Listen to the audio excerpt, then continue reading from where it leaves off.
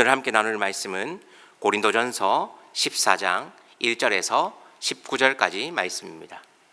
고린도전서 14장 1절에서 19절까지 말씀입니다. 제가 한 절 읽고 우리 성도님들 한 절 읽고 교독하겠습니다. 사랑을 추구하십시오. 신령한 은사를 열심히 구하십시오. 특히 예언하기를 열망하십시오. 방언으로 말하는 사람은 사람에게 말하는 것이 아니라 하나님께 말하는 것입니다. 아무도 그것을 알아듣지 못합니다. 그는 성령으로 비밀을 말하는 것입니다.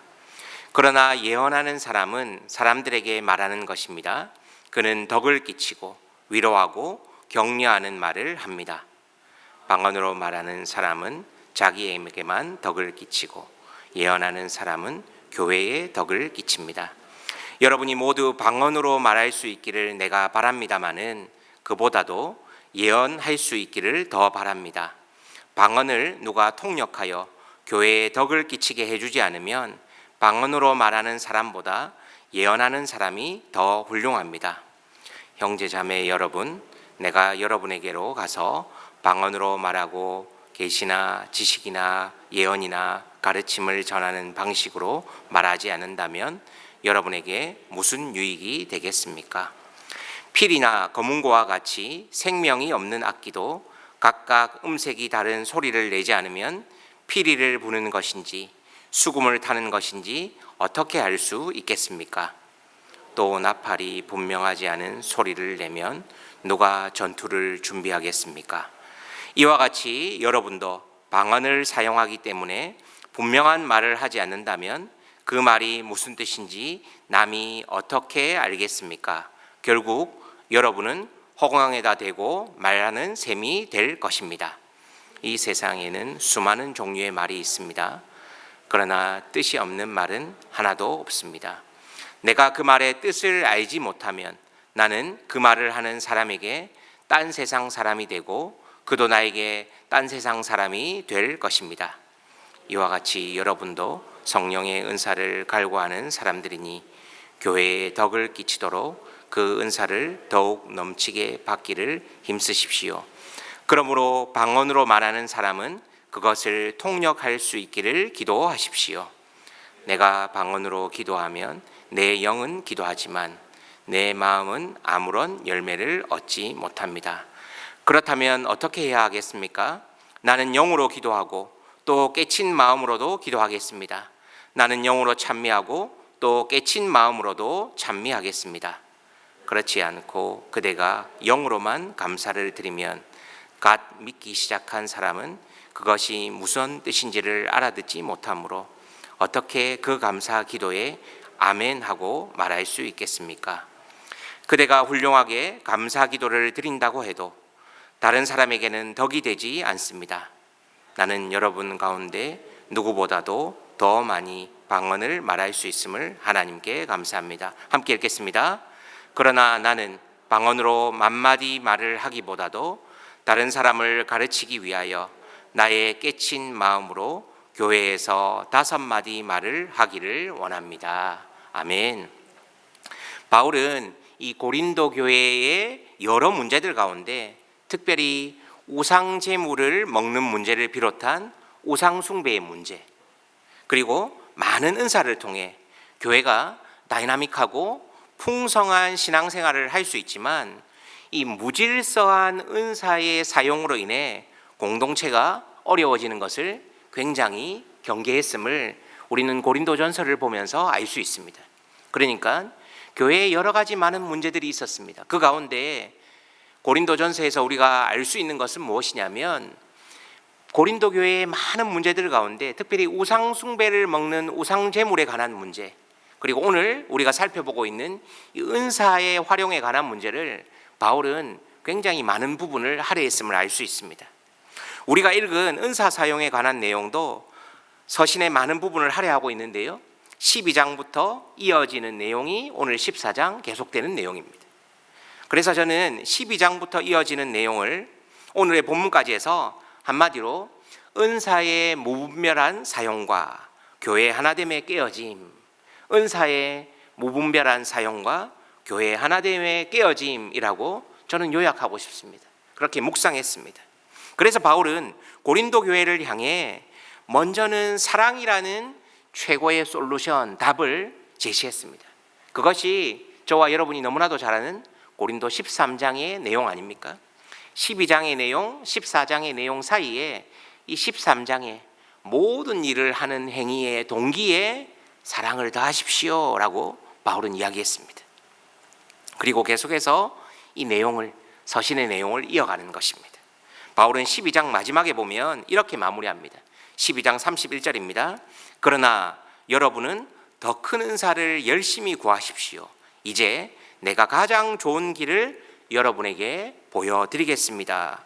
그리고 우리가 너무나도 잘 아는 13장 사랑장으로 불리는 사랑에 관한 내용들을 쭉 열거해 갔습니다. 가장 중요한 것은 가장 좋은 길은 무엇이라는 겁니까? 바로 사랑이라는 것입니다.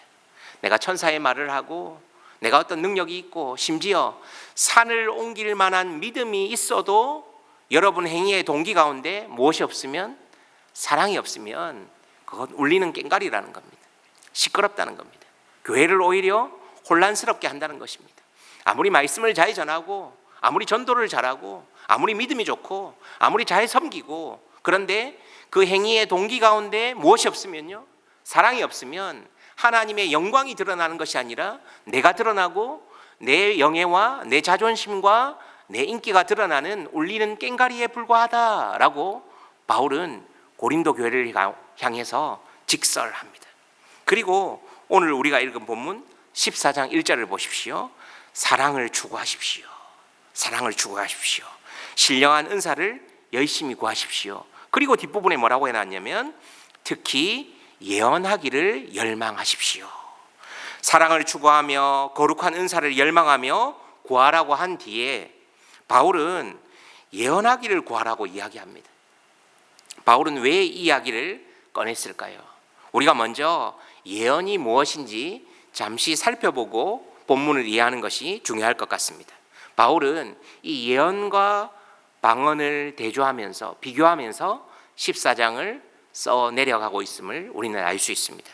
우리는 예언하면 미래에 관한 일을 이야기하는 것으로 오해하는 경우가 많습니다. 물론 성경에서 그런 면을 일부분 이야기하기도 합니다.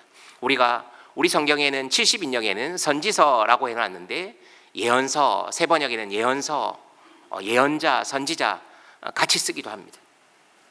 그런데 여기서의 예언은 바울이 쓴 서신의 흐름을 볼 때 하나님의 뜻을 대언하여 말씀을 맡아서 선포하는 것이 예언이라고 볼 수 있습니다.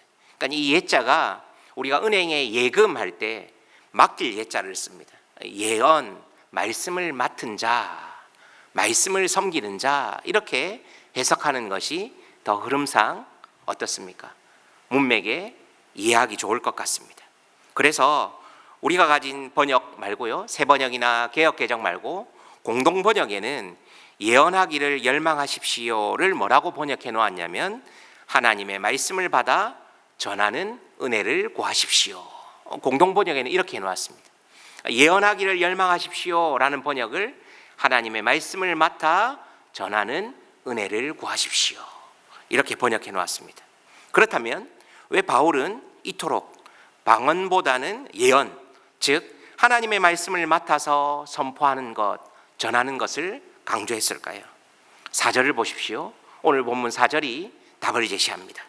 방언으로 말하는 사람은 자기에게만 덕을 끼치고 예언하는 사람은 교회에 덕을 끼칩니다. 방언은 자기의 유익과 개인의 신앙 성장이 있지만 예언은 교회의 덕을 세우기 때문입니다. 무분별하고 무질서한 고린도 교회의 은사 활용과 공동체를 무질서에 빠뜨리는 것을 바울은 경계했던 것입니다.